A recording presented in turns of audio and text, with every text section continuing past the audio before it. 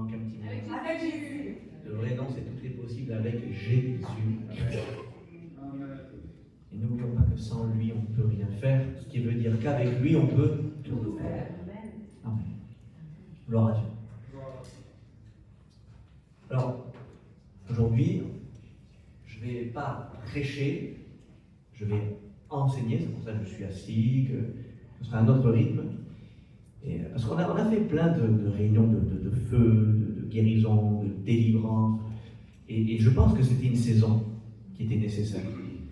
Mais on a parlé un petit peu avec le corps pastoral, et avec les frères, on est tombé d'accord pour vous dire que vous avez passé un grade dans la maturité. Et donc maintenant, il est temps de donner de la nourriture un peu plus solide, un peu plus dure, et je crois que les enseignements sont bons et sont nécessaires dans nos vies. Je crois pas que c'est bon de donner que du lait tout le temps, même si des fois ça fait du bien un peu. Et je me rappelle, c'était Bruno Aldani qui disait ça, il disait les réunions de feu qu'on fait là, elles sont extra. Merci Seigneur pour le Saint-Esprit, on voit l'œuvre de Dieu, on voit les miracles, on voit les guérisons, ça nous donne un peu de boost. Et c'est comme si à un feu qui commence à s'éteindre, on rejetait un peu de paille, de brindille, la flamme repart. Mais si on ne se contente que de ça, eh bien on va être à la recherche tout le temps de sensationnel pour remettre des brindilles, parce qu'on veut toujours ressentir quelque chose, on veut toujours voir quelque chose. Alors que parfois il est bon d'apporter une bûche pour que le feu tienne. Et cette bûche, c'est l'enseignement, c'est la parole de Dieu qu'on va manger ensemble, c'est ce pain de vie qu'on va manger tous ensemble. Est-ce que vous êtes d'accord avec ce programme? Amen. Alléluia. Vous savez, un des critères pour dire que quelque chose est vivant, c'est le fait que ça se multiplie. Quand il y a de plus en plus de choses, il y en a une, puis deux, puis trois, puis six, la division cellulaire de multiplication par exemple, comment on sait que quelque chose est vivant? C'est que ça bouge, c'est que ça grandit. Et c'est vrai aussi pour votre vie avec Dieu. C'est vrai aussi pour l'Église. On va faire on va faire tout un mois avec les frères, avec Jean-Paul, Johan s'il sera de retour aussi, où on va parler de discipulat. Faire des disciples. Vous savez, une vie chrétienne qui stagne, c'est plus trop une vie, d'ailleurs. Parce que une vraie vie chrétienne, il y a l'esprit vivifie, l'esprit donne la vie, qui dit vie, dit grandir, dit croissance, dit multiplication. Et oui, on peut toujours grandir. Je crois que le doyen en année de baptême, ici, je crois que c'est Jean-Paul, eh bien, je crois que Jean-Paul a encore envie de grandir, a encore envie de connaître des choses. Bien sûr. Il a encore besoin de se fortifier dans tellement de choses. Et moi qui suis votre pasteur, le responsable, on va dire, eh bien, tous les jours, j'ai encore besoin de grandir, de me renouveler, de me rafraîchir par la parole de Dieu, d'avoir de nouvelles révélations, des rémas, on a besoin de ça. Et aujourd'hui, moi, ce que je refuse, on n'en est pas là, ne vous inquiétez pas. On est une église en bonne santé, alléluia. Il y a des baptêmes dans cet esprit, il y a des délivrances, il y a des guérisons, il y a des conversions. Nous sommes une église qui se multiplie. Mais je veux, Seigneur m'a mis cette vision d'une église qui grandit et qui grandit encore. On est appelé à grandir. On a discuté avec un frère avant de commencer la réunion. Il y a un timing de Dieu, c'est la vérité. Il y a un timing. Mais pour avoir cette bénédiction, pour avoir cette croissance, eh bien, il faut que le terreau il soit là, il soit prêt. Et moi, je crois que c'est en étant des disciples, des véritables disciples, eh bien, qu'on va être apte à recevoir cette bénédiction. Vous vous souvenez de la vision que j'avais reçue par un prophète qui était venu me dire, alors qu'on démarrait l'œuvre, j'en parlais avec toi. Il nous disait, je te vois mon frère démarrer l'œuvre à Valbonne, et je te vois comme sur un grand ponton où il y a plein de bateaux, et tu es en train d'essayer de défaire une grosse corde où il y a un gros bateau, un magnifique bateau, et tu n'arrives pas, tu as du mal, et là Jésus vient à côté de toi, il dit, attends, pas encore. D'abord cette petite barque, un peu cabossée, il dit elle était un peu violette, je la vois un peu violette, un peu poncée, et le Seigneur t'appelle d'abord à monter dans cette petite barque, et après il te donnera ce grand bateau. Amen. Alors on va tous grandir ensemble. On va tous être des disciples. Et le timing de Dieu voulant, on aura cette croissance, on aura ce réveil dans nos familles, comme on l'a dit dans nos pays. Mais je crois que Dieu veut se servir de vous. C'est pour ça que le thème de cette prédication, c'est « Allez et faites de toutes les nations des disciples ». Amen. Regardez ce qui est dit dans Actes. Actes au chapitre 2. « Louons Dieu et trouvons grâce auprès de tout le peuple ». Donc ça, c'est l'église primitive. Et le Seigneur ajoutait chaque jour à l'église ceux qui étaient sauvés. Donc, il y a vraiment une ambition, une vision du Seigneur, une volonté de Dieu à ce qu'une église grandisse. Et ça nous est arrivé à l'époque d'en parler avec Jean-Paul. Il y a des personnes qui ont du mal, qui n'ont vraiment pas envie que l'église grandisse. Mais ils aiment Dieu de tout leur cœur, c'est pas un problème. Mais pourtant, Dieu nous appelle à grandir. Je ne sais pas quelle salle on aura, combien on sera, peu importe. Ce sera quand même trop petit par rapport au nombre de personnes à sauver. Et pour nous qui ont 10 églises comme la nôtre, rien sur la loi. On n'est pas là pour remplir une église, on est là pour remplir le ciel. Amen, gloire à Dieu. Mais la vision de Dieu, c'est de faire grandir l'église. Il apportait chaque jour des personnes qui étaient sauvées. Amen. Et je crois que l'église, c'est le modèle par excellence pour s'occuper des âmes perdues. Il y a beaucoup il y a des évangélistes un peu électrons libres qui partent à droite, à gauche, qui font, boum, ils baptisent quelqu'un, ils s'en vont, ils le laissent à la dérive comme ça, et puis la personne, bien souvent, Seigneur, je veux pas, mais bien souvent la personne repart dans ses travers parce qu'il n'y a pas d'encadrement, il n'y a rien. Et voilà pourquoi l'église est appelée à grandir, parce que dans l'église, il y a une structure, il y a un ordre voulu par Dieu. Il y a des pasteurs, il y a des diacres, il y a une équipe et une organisation. Et quand un disciple ramène une brebis égarée, eh bien là, il y a le pasteur qui est là pour s'en occuper. Amen. Et tous les frères et sœurs sont là. Mon frère, qu'est-ce qu'il y a? Est-ce qu'aujourd'hui tu vas bien? Est-ce que tu as besoin de quelque chose? On est là. Quoi? Tu as un déménagement? Ben écoute, on va rassembler quelques... Et il y a de l'amour, il y a une dynamique. Amen. C'est pour ça que l'église locale est si importante. Et moi, à l'époque, je disais, mais quand je démarrais dans ma conversion, je disais, à quoi ça sert une église? On a le Seigneur, il est partout. Oui, il est partout, le Seigneur, c'est vrai. Mais je crois que le modèle de l'église, il n'a pas été voulu pour rien. Depuis le début, c'est comme ça. Allez et faites de toutes les nations des disciples, les baptisant au nom du Père, du Fils et du Saint-Esprit. Qui c'est qui était baptisé il n'y a pas longtemps là? Amen. Vous avez entendu ce mot-là? Au nom du Père, du Fils et du Saint-Esprit? Eh bien, c'est que votre baptême est valide selon les Écritures. Amen. Vous êtes des disciples. Et il dit, le verset continue, il dit, enseignez-leur à observer tout ce que je vous ai prescrit. Donc c'est pas juste qu'on baptise et on dit, tiens, on va plus. On en fait des disciples. Amen. On les enseigne, on vous enseigne, on s'enseigne, on s'apprend entre nous. Et je voudrais avant tout définir ce que c'est un disciple. Est-ce que mon frère, qui est habillé en jaune, est-ce que tu peux venir? La dernière fois, tu nous avais donné la définition en quelques mots. Dans le dictionnaire. Dans le dictionnaire, simplement. Dans le dictionnaire, il est dit que le disciple, c'est celui qui suit les règles du maître, celui qui l'a enseigné. Et lui-même, il deviendra un maître, s'il enseigne comme le maître l'a enseigné. Donc un disciple n'est pas plus petit que le maître, mais il est appelé à devenir comme le maître. Alléluia. Amen. Merci pour les anciens. Amen, amen, amen.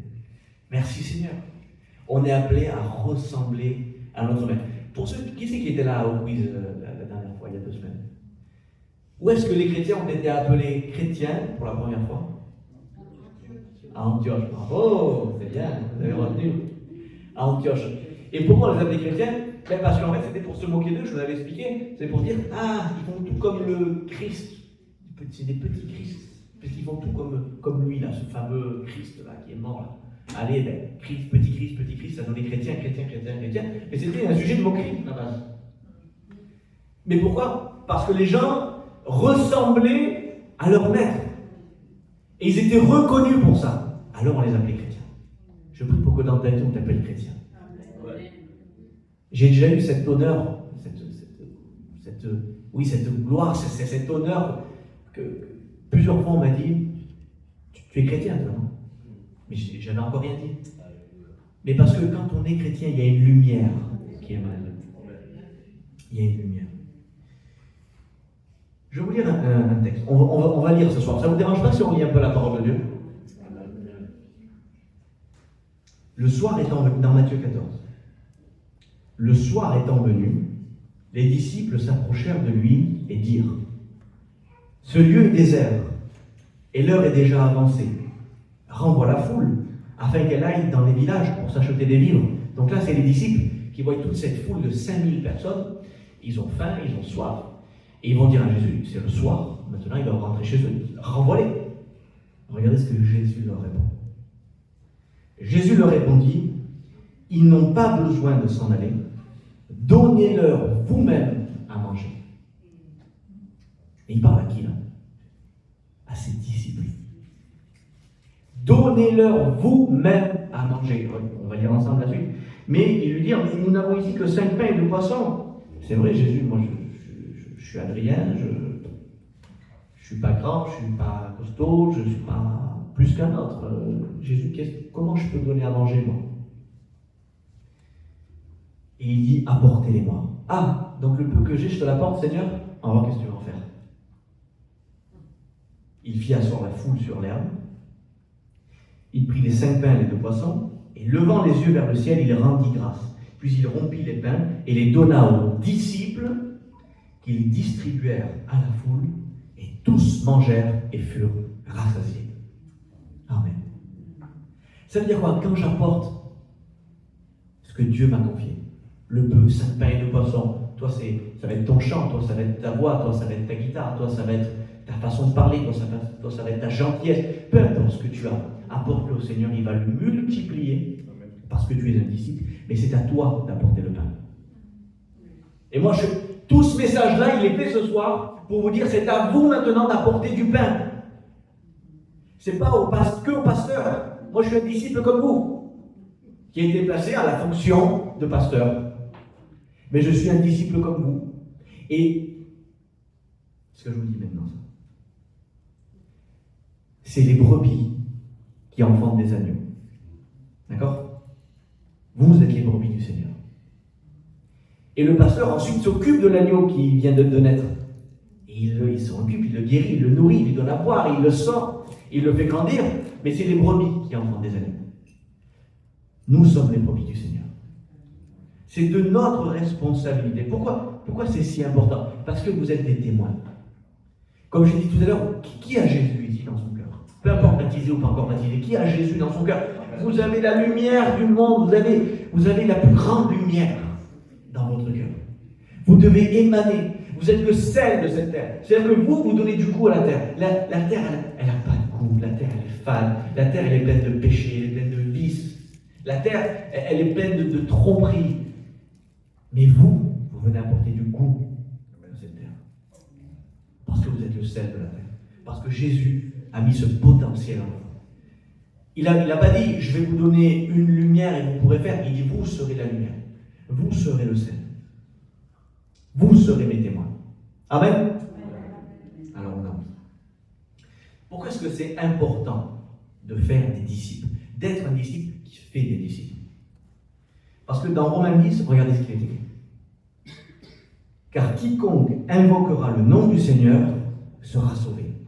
Merci Seigneur. Donc c'est-à-dire si quelqu'un invoque le nom du Seigneur, il sera sauvé. Gloire à Dieu. Mais comment invoqueront-ils celui en qui ils n'ont pas cru?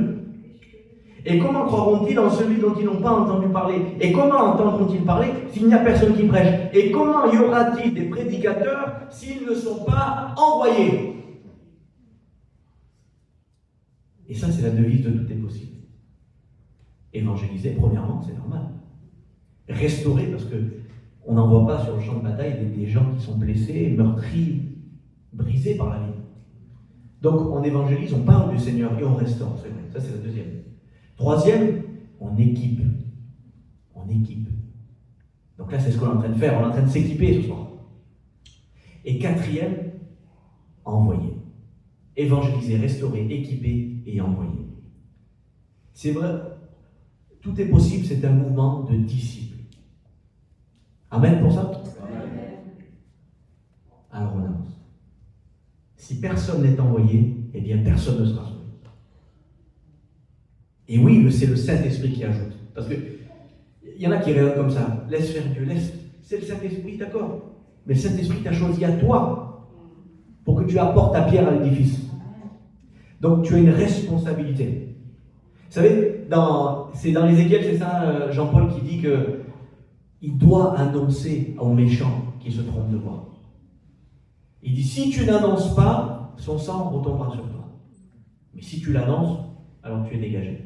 Et c'est de notre responsabilité d'alerter le monde. C'est de ta responsabilité d'alerter le monde. Tu as reçu un trésor qui est tellement grand. Vous savez, des fois, quand on trouve quelques pièces d'or, il y en a 6, 10, on les garde pour nous parce que le trésor est limité. On veut en profiter, on veut faire plaisir à nos familles, on veut s'acheter une maison avec ça. Mais quand on a un trésor qui est illimité, des richesses où on ne sait plus où les mettre, vous savez ce qu'on veut faire? On veut les partager. Et vous avez reçu une richesse inépuisable. Et on ne peut pas la retenir. Ça déborde, il faut qu'on la donne, il faut qu'on la partage, il faut qu'on en parle. Et c'est ça le rôle d'un disciple. C'est partager tout ce qu'il a reçu. Amen. Il y a un grand enjeu derrière tout ça, frères et sœurs. Vous savez que celui qui croira et qui sera baptisé sera sauvé. Mais celui qui ne croira pas sera condamné. C'est notre rôle d'éclairer tout ça. Regardez, je vous prêche ce que Jésus prêchait. Jésus prêchait l'enfer aussi. L'enfer est une réalité. Et dans plein d'églises, on ne le prêche plus. On est maintenant dans une prédication un petit peu légère. Où nous, des fois, on en rigole, on dit c'est la waouh prédication. Waouh, c'est beau. Oui, c'est beau, il y a des belles choses. Et il faut qu'on prêche ça. Mais il y a aussi l'enfer, c'est la vérité. Révélation, Apocalypse, chapitre 20. Si quelqu'un ne fut pas trouvé écrit dans le livre de vie, il fut jeté dans les temps de feu. C'est une réalité. Encore dans Apocalypse. Leur part sera dans l'étang ardent de feu et de soufre, ce qui est la seconde mort. 2 Thessaloniciens. Ils auront pour châtiment une ruine éternelle, loin de la face du Seigneur et de la gloire de sa force. Je crois vraiment qu'on n'a pas envie de laisser partir notre pays, nos enfants, nos familles dans ces choses-là. Et nous qui sommes au courant, eh bien, on doit le dire. Amen. C'est votre rôle de disciple. Vous savez que la mission de disciple, elle remonte bien avant Jésus encore. On en parle déjà avant Jésus. Déjà dans la Genèse, il y avait cette notion de multiplication. Multiplier ou assujettisser la terre. Mais la promesse qui est faite à Abraham, je ferai de toi une grande nation, toutes les familles de la terre seront bénies en toi. Il n'avait jamais limité le projet de bénédiction à Israël, vous comprenez? Toutes les nations doivent être bénies en toi. Abraham, qui est la postérité d'Abraham? C'est Jésus, c'est nous. Nous sommes tous des enfants d'Abraham avec la foi. Et c'est à nous de bénir les autres nations. Regardez, Jésus lui-même a formé des disciples.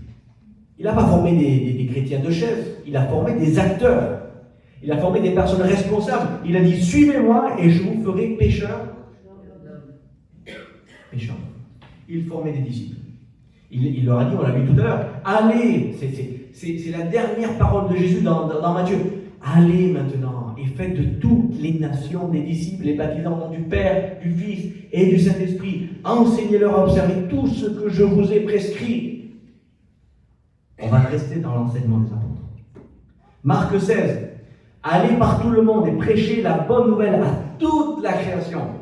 Celui qui croira et sera baptisé sera sauvé, mais celui qui ne croira pas sera condamné. Et voici les miracles qui accompagneront ceux qui auront cru, parce que Dieu ne nous laisse pas orphelins sans outils pour travailler. Il dit, voici les miracles. Et en mon nom, ils chasseront les démons. Ils parleront de nouvelles langues. Ils saisiront des serpents. S'ils boivent quelques breuvages mortels, il ne leur fera point de mal. Ils imposeront les mains aux malades, et les malades seront guéris. Et ils s'en allèrent prêcher partout.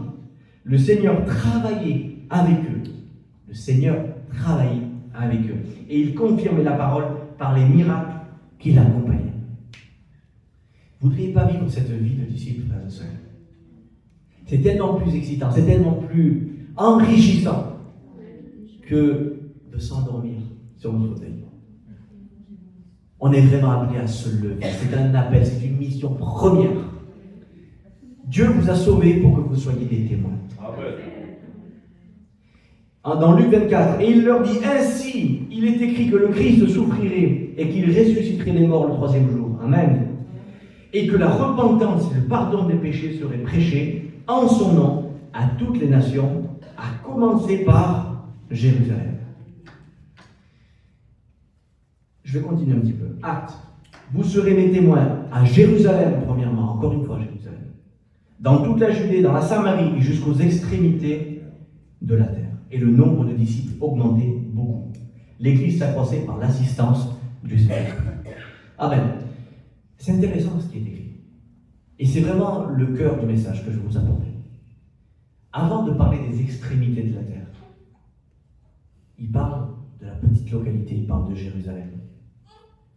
Il y avait un enseignant chez les gens du voyage, il s'appelait Paillon, et il disait, avant d'être un phare pour le monde, sois une petite bougie dans ton foyer déjà. Et ça, c'est important, frères et sœurs.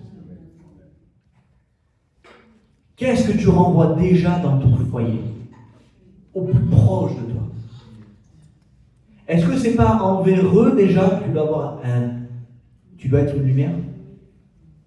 Et avant d'aller chercher les extrémités de la terre, eh bien, allons parler à nos familles, à nos enfants, à nos parents, à nos cousins, cousines, voisins. Oui? Et moi, je voudrais vraiment attirer votre attention sur l'importance de l'évangélisation en individuel. Merci Seigneur pour les crieurs de rue, ceux qui crient dans les rues, ceux qui crient dans les métros. Merci Seigneur, il en faut. Mais si vous saviez le fruit et la qualité d'une conversion en individuel, comme elle est plus importante. Parce que quand on va prêcher dans la rue, il y a 98% des personnes qui vont nous prendre pour un fou. Bon, on arrive avec 98%. Il y en a 2% qui vont nous écouter. Et un demi% qui va tendre l'oreille, qui va dire ouais, c'est intéressant ce qu'il dit. Mais ce demi% s'en va et on ne le revoit plus. Tandis que quand on est dans le cercle qu'on connaît, que ce soit ton esthéticienne, que ce soit ton client, que ce soit ton voisin, ta voisine, ton frère, ta sœur, tu peux parler, tu peux témoigner. Et là, tu peux en faire un disciple. Et là, tu es dans ton rôle de disciple. Je vous invite alors à moins que le Seigneur vous appelle à prêcher dans le métro, mais je vous invite à être des petites lumières comme ça, qui éclairent, et qui parlent de Dieu, et qui vivent Dieu. Si quelqu'un est en Christ, il est une nouvelle. Les choses anciennes sont et toutes choses sont devenues. Alléluia. Et tout cela vient de Dieu qui nous a réconciliés avec lui par Christ et qui nous a donné le ministère de la... C'est pas tout le monde qui l'a fait. On a tous le ministère de la réconciliation. Et là, qu'est-ce qu'il dit? Il a mis en nous la parole de la réconciliation. Nous faisons donc les fonctions d'ambassadeurs pour Christ. Comme si Dieu exhortait par nous, nous vous en supplions au nom de Christ, soyez réconciliés avec Dieu.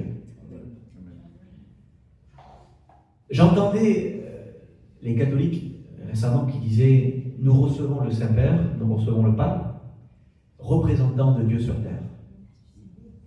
Laissez-moi vous dire que vous êtes les représentants de Dieu sur terre.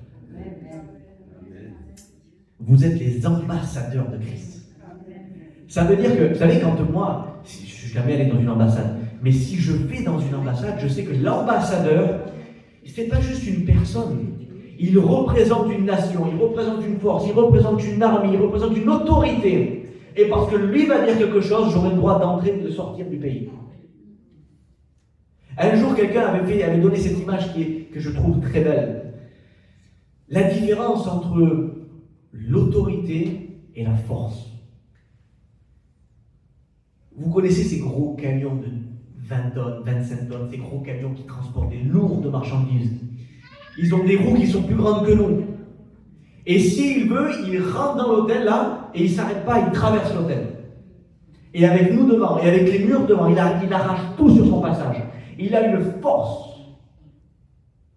Mais ce même camion, lancé à plus de 100 à l'heure, voit au loin une petite gendarmette qui fait 50 kilos tout mouillé.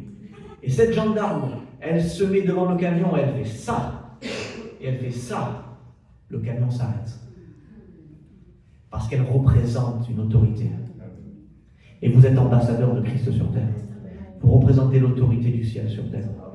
Vous êtes l'échantillon de Dieu sur terre. Qu'est-ce que tu émanes? Qu'est-ce que tu donnes comme échantillon? Est-ce que la personne va acheter Dieu derrière? Est-ce que tu es un bon échantillon? Est-ce que tu es un disciple du Christ? Est-ce que tu ressembles à Jésus? C'est les questions qu'on doit se poser, que je me pose. Est-ce qu'en tout temps je ressemble à Jésus? Non, pas tout le temps. C'est pour ça que je vous dis, soyez mes imitateurs. Je vous dis, moi le pasteur, soyez mes imitateurs quand j'imite le Christ. Il y a des fois où je n'imite pas le Christ. N'imitez pas. Mais quand j'imite le Christ, quand Alona, elle imite le Christ, eh bien moi, pasteur, je l'imite.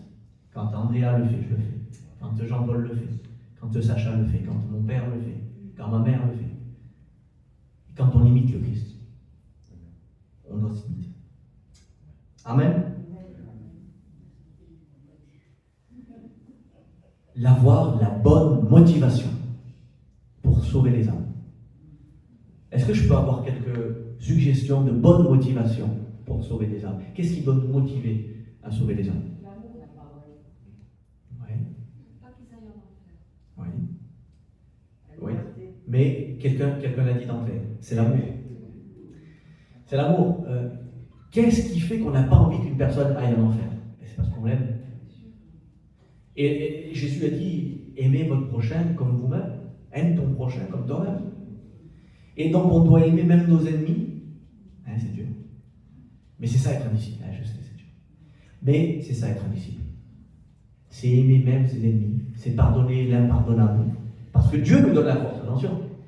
Et parce que Dieu a mis un fruit en nous. Parce que Dieu a mis la patience. Parce que Dieu a mis en nous le fruit de la maîtrise. Dieu a mis en nous de l'amour. Et c'est grâce à ça qu'on peut être un disciple. Parce que Dieu nous a mis des fruits qu'on doit manifester. Et le but de faire des disciples, parce que je vous rappelle, le titre c'est quoi? Allez, faites de toutes les nations des disciples. Le but c'est pas de faire grossir les statistiques de l'Église, de dire voilà, on a fait tant de baptêmes. Non, non. On remplit le ciel, pas une Église, les frères. Mais le but, la motivation, c'est parce qu'on aime les personnes. Qu'est-ce qui va faire que tu vas aller prier pour un malade? Pour te montrer, pour ta gloire, pour dire oh là là, il est fort celui-là, il a prié. Ou alors que tu vas voir quelqu'un qui a un problème spirituel, tu dis ah, je vais prier, il va tomber et tout le monde va voir que je suis un homme de Dieu. Non, non, ça c'est pour la gloire, ça c'est une mauvaise motivation. Le disciple le fait tout par amour et parfois dans le secret, le plus souvent même d'ailleurs dans le secret. Parce que ce que ta main gauche le fait, que ta main droite ne le sache pas. Ou l'inverse, je ne sais plus. Ce que ta main droite fait, que ta main gauche ne le sache pas.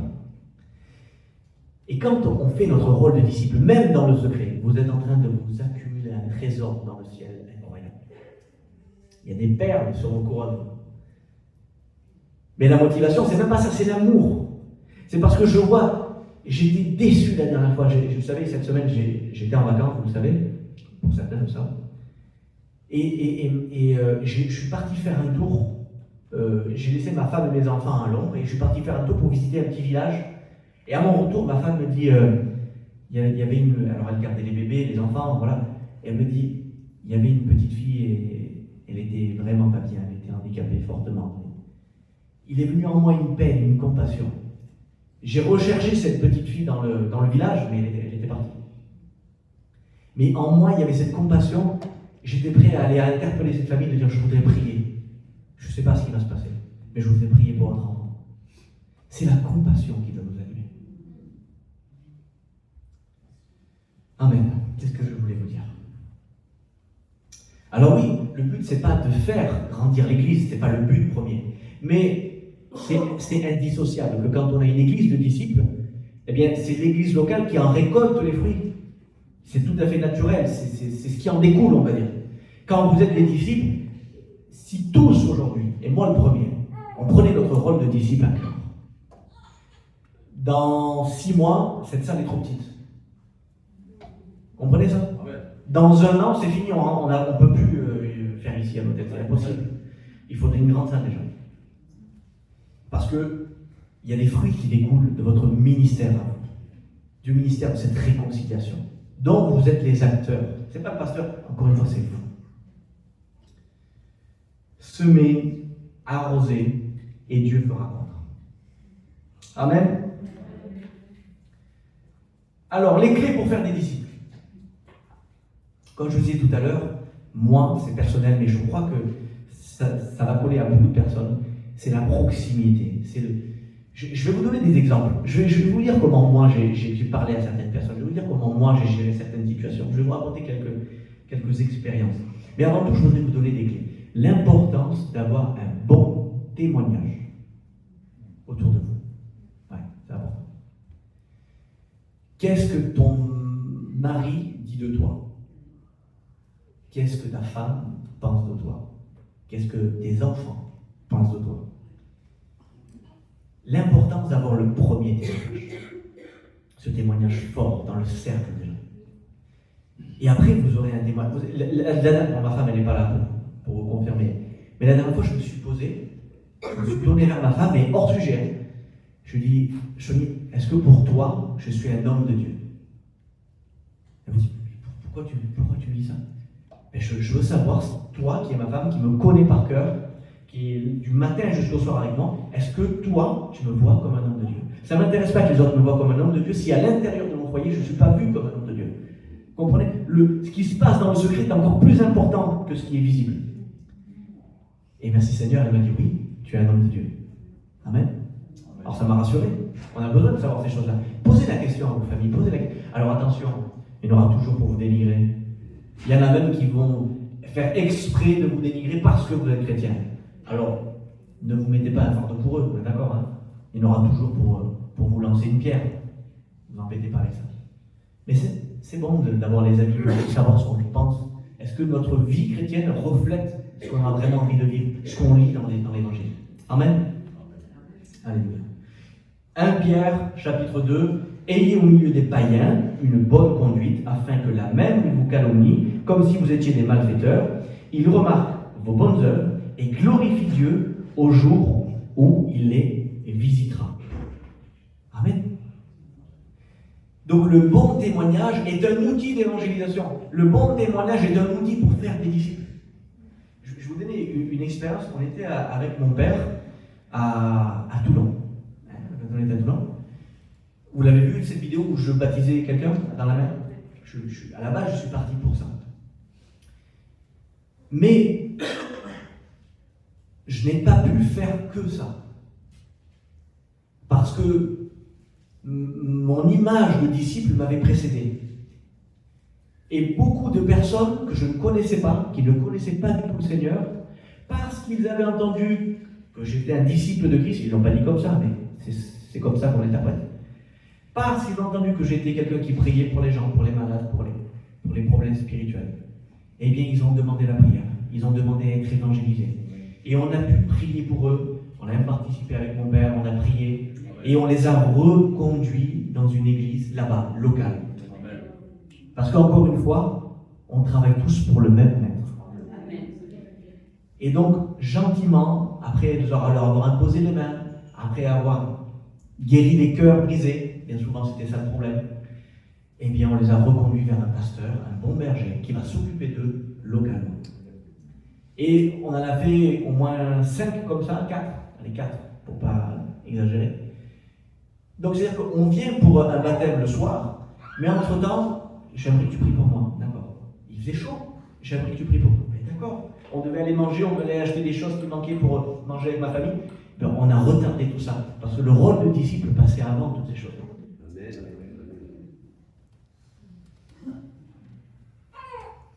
Amen. Quels sont nos blocages? Pourquoi on n'arrive pas à faire des disciples? Aujourd'hui, je vous dégrossis le tableau. Mais dans le mois, avec Jean-Paul, il y aura des points sur lesquels on va appuyer. Ça va être magnifique. Mais quels sont nos blocages? Parce que bien souvent, vous avez remarqué qu'on est très très fort et très à l'aise pour dire qu'on a changé de voiture. pour dire que une bonne nouvelle, ou même une mauvaise nouvelle. Je veux dire, on est à l'aise pour parler aux gens. Quelqu'un a fait tomber quelque chose dans la rue. Monsieur, vous avez fait tomber votre portefeuille là. Il n'y a que les chrétiens qui font ça.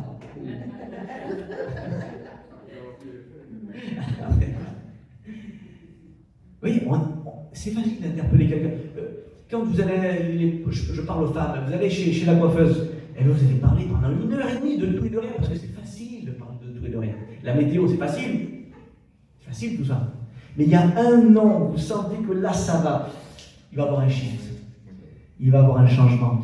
Est-ce que je peux dire que ça, c'est dur? Au nom de Jésus. C'est dur. Parfois, c'est dur à le prononcer. C'est dur.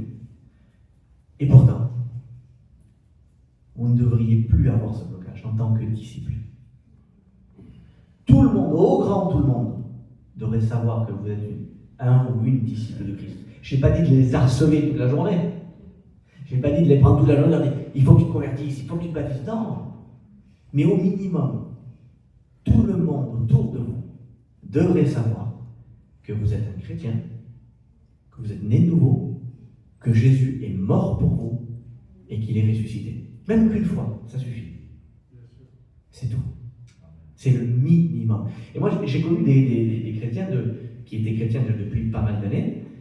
Et pour moi, c'est naturel, cette attitude de disciple, si vous voulez. Et j'avais oublié que pour certains, ça ne l'était pas. Et elle me dit, moi, à mon travail, je commence à parler de Dieu, tout ça, j'étais gêné, hein, t'as vu, tu ne peux pas parler de ça, quoi. J'ai dit, ah bon, pourquoi? Pourquoi tu ne peux pas parler de Dieu? Je ne comprends pas. Au contraire, la personne avait besoin, il fallait le dire, là. Oui, mais on n'a pas tous la même aisance que toi. Non, c'est pas... Je vais vous raconter une histoire. C'est le pasteur Marcelo qui la raconte ce qui se passait au Congo. Il y avait un homme qui était muet. Il n'était pas sourd parce qu'il entendait les prédications, etc. Il était muet, il ne pouvait pas parler. Donc, pasteur, tu ne vas pas nous dire que lui, il va être un disciple, il ne peut pas parler. Vous savez ce que faisait cet homme?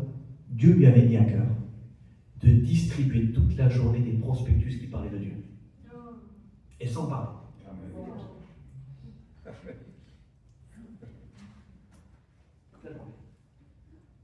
Il a arrêté, une pause, on continue.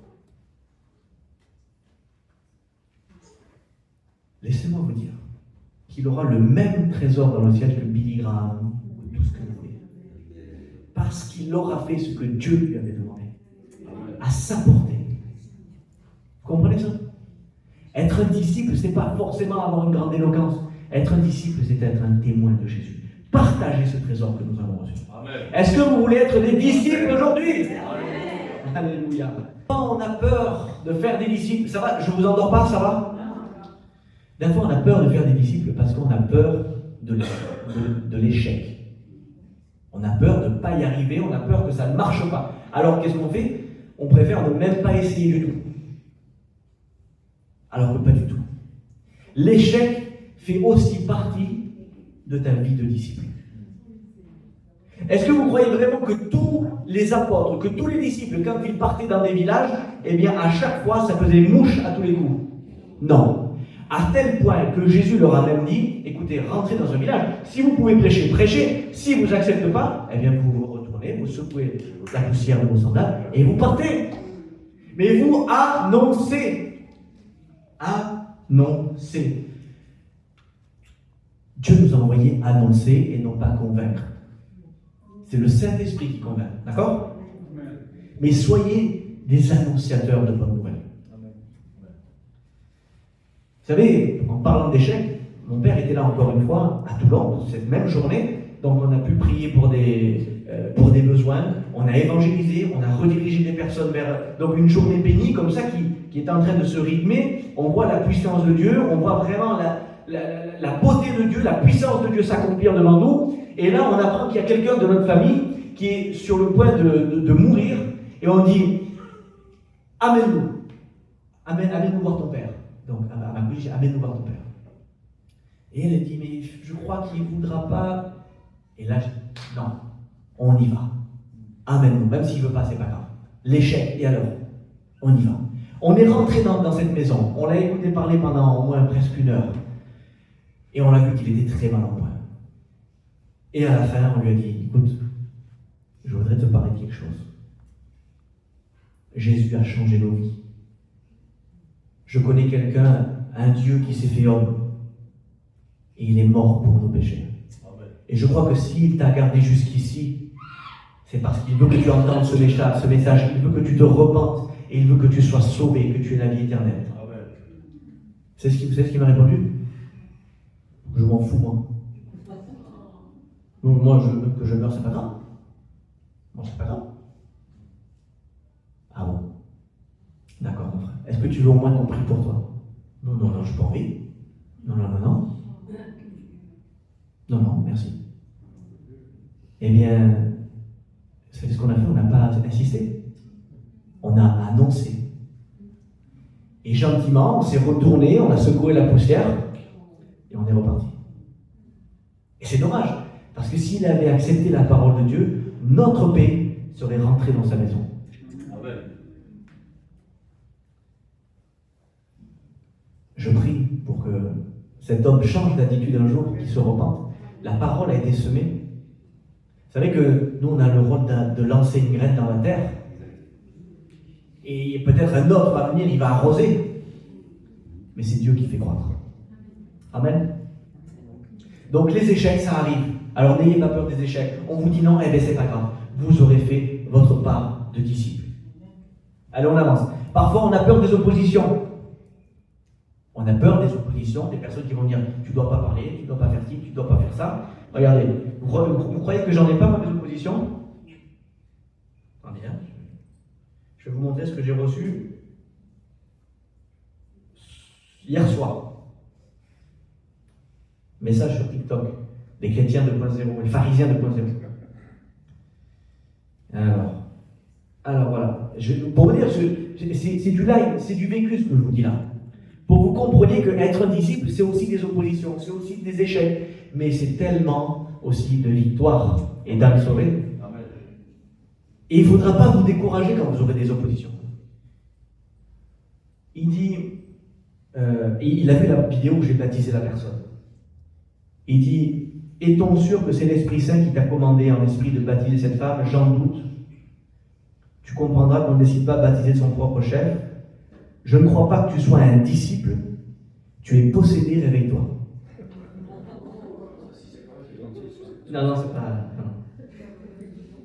Et moi j'ai dit, écoute, je respecte la parole de Dieu, je suis un disciple qui engendre d'autres disciples. Et c'est merveilleux parce que depuis que j'ai ce message à cœur pour vous, Église, je ressens plein d'épreuves de disciples. Vous voyez ce que je veux dire? Je dis non, je suis un disciple qui fait des disciples. Et il me dit non, t'as pas compris. Si c'est pas comme avec Philippe l'Éthiopien, que c'est pas un ange qui t'a amené, tu ne le faut pas baptiser. Et je lui dis, ah d'accord, donc toi tu attends à chaque fois que c'est un ange qui t'attrape, qui t'amène devant une personne pour la baptiser, c'est ça? Oui. Je dis, combien t'en as baptisé? 0. Mais je comprends bien. Dieu n'en veut pas. Les oppositions, vous en aurez tout le temps. Et plus vous ferez votre rôle de disciple, et plus vous aurez des oppositions, mais celui qui est en vous est plus fort que celui qui est contre vous, vous comprenez ça? Et à un moment donné, il faut arrêter de répondre à l'insensé selon sa folie. Vous comprenez ça? On passe à autre chose, c'est pas grave les amis. Amen, vous me suivez jusque-là? Échec, opposition, le chrétien n'a pas peur de ça. N'a pas peur de ça. Parce que nous avons le Saint-Esprit en nous. Vous savez ce qu'on a besoin aussi pour faire des disciples? C'est l'avant-dernier point, après c'est terminé. Avoir de l'audace. Eh oui, il faut être audacieux pour être un disciple. Il faut oser parler. Il faut oser prier. Vous savez, moi, je fais de la clip, comme vous le savez, mais à côté, parfois, ponctuellement, j'ai un stand de bijoux avec ma femme, où il y a beaucoup de monde qui viennent, donc dans des galeries marchandes. Eh bien, ça demande de l'audace pour parler de Jésus aux gens. Parce que parfois, on peut les faire fuir. Parfois, ça peut influer sur ton chiffre d'affaires. Et parce que parfois, les gens peuvent ne pas être d'accord avec ce que tu dis. Mais aussi, le regard des gens, le regard des caméras, le regard de la sécurité. Il passait des jours où je parlais plus à des gens pour prier pour eux que pour vendre. Pourquoi? Parce que je suis un disciple même au boulot. Le discipulat, le fait d'être un disciple, ce n'est pas une fonction optionnelle de temps à autre. Le disciple, c'est une identité. C'est pas j'ai mon travail et dès que je quitte le travail, je suis un disciple. Non. Et il m'arrivait de prier pour des gens, d'imposer les mains. Parfois des personnes qui allaient tomber par terre devant tout le monde, devant toute la galerie. Et des gens qui attendaient pour acheter les bijoux. Mais Seigneur, tu m'as donné une mission, je vais jusqu'au bout de la mission. Amen. Il faut être équilibré. Je n'ai pas fait que ça. J'ai gagné ma vie aussi, vous comprenez ça. Et Dieu bénit derrière. Si j'ai raté un client à cause d'une prière, il m'en renvoie 10 derrière. Parce que nous avons un Dieu qui est bon et qui pourvoit à nos besoins. Recherchez premièrement le royaume et la justice de Dieu, et toutes ces choses, elles vous seront données par-dessus. Moi, je veux rechercher le royaume de Dieu, et vous? Je sais que vous aussi. Et parfois, prier pour des personnes et guérir instantanément, des personnes qui avaient mal au dos, il dit, non monsieur, c'est bien gentil votre prière, vous êtes mon pasteur, ouais. C'est bien gentil, mais moi ça fait 20 ans que j'ai mal au dos, vous savez, avec la béquille. Et je prie pour elle, mais une prière de 6 secondes, pas plus. Et j'ai senti une chaleur dans toute la colonne vertébrale. J'ai dit, madame, vous n'avez plus besoin de votre béquille. Et elle est partie sans la béquille. Avec la béquille à la main, mais elle ne s'est plus reposée sur cette béquille. Et après, vous aurez les 10 lépreux. Cette personne est partie, je lui ai parlé de Dieu. C'est important de garder le contact des gens. J'ai gardé le contact, mais ils n'en ont pas voulu après. Quand Jésus a guéri 10 lépreux, il n'y en a qu'un qui est revenu dire merci. Et les 9, ils sont où? Ils n'ont pas été guéris? Oui, ils ont été guéris, Seigneur. Et pourquoi il n'y a que toi qui es venu me remercier? Ça fait partie aussi du quotidien du disciple. Vous allez partager, vous allez donner de votre cœur, vous allez prier, vous allez guérir, vous allez chasser. Mais ce n'est pas toujours que les gens se tourneront vers Dieu de suite, automatiquement. Il faut être préparé à ces cas de figure aussi. J'ai reçu d'ailleurs un message il n'y a pas longtemps d'une des personnes que j'ai parlé dans cette galerie qui me dit, écoutez, j'ai prié pour elle, elle a reçu fortement du Seigneur. Elle me dit, désolé, mais je pense que, merci pour ce que vous avez fait pour moi, mais je pense que c'est pas pour moi. Je vais marquer, d'accord, je comprends, c'est dommage. Qu'est-ce que vous voulez qu'on me dise de plus? On a annoncé, alors annoncez. Alléluia.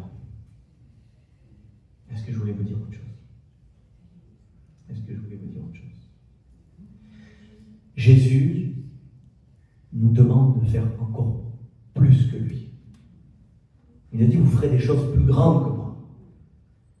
Ne dites pas, je suis le petit chrétien, la petite chrétienne. Moi, s'il n'y a pas le pasteur, moi, s'il n'y a pas... Non.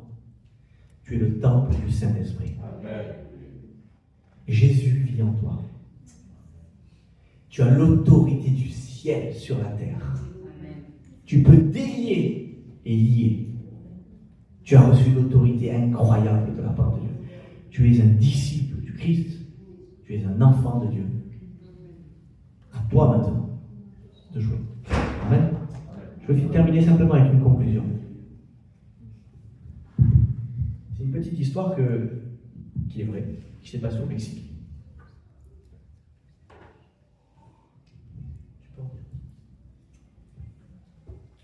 C'est un pasteur mexicain, et je vais conclure comme ça, qui avait dit le dimanche à tous les chrétiens de l'église, il a dit, écoutez-moi, quand est-ce que vous allez vous réveiller? Quand est-ce que vous allez chercher les âmes autour de vous? Quand est-ce que vous allez ramener les gens à l'église pour qu'on les bénisse, pour qu'ils rencontrent le Seigneur? Il dit, je vous le dis, dimanche prochain, si vous ne revenez pas avec une personne, vous n'entrez pas dans l'église. 1 jour, 2 jours, 3 jours, 5 jours passent, 6 jours passent. Dimanche d'après arrive, tout le monde a oublié, bien sûr. Le sermon pourtant avait été fort, et tout le monde a oublié. Et ils arrivent, et le pasteur devant la porte en croisant les bras comme ça. Il faisait le videur. Il dit, toi, t'as ramené quelqu'un? Non, tu rentres pas. Toi, tu rentres pas. Toi, tu rentres. Toi, tu... À toutes les... Il dit, vous n'entrez pas tant que vous n'avez pas ramené quelqu'un avec vous pour le sauver. Et là, qu'est-ce qui s'est passé? Tous les chrétiens sont partis dans les rues. en courant. Ils sont partis, ils ont parlé de Dieu, ils ont parlé du Seigneur, ils ont proposé la prière, ils ont essayé d'évangéliser. Il y en a même qui ont, il le raconte le pasteur, qui ont donné de l'argent. Il dit, viens, suis-moi à l'église. Viens avec moi pour pouvoir rentrer dans l'église. Et là, ils sont rentrés avec tous les inconvertis. Et ce jour-là, l'église avait doublé, triplé. Est-ce que vous voyez que quand on vous met face à une urgence,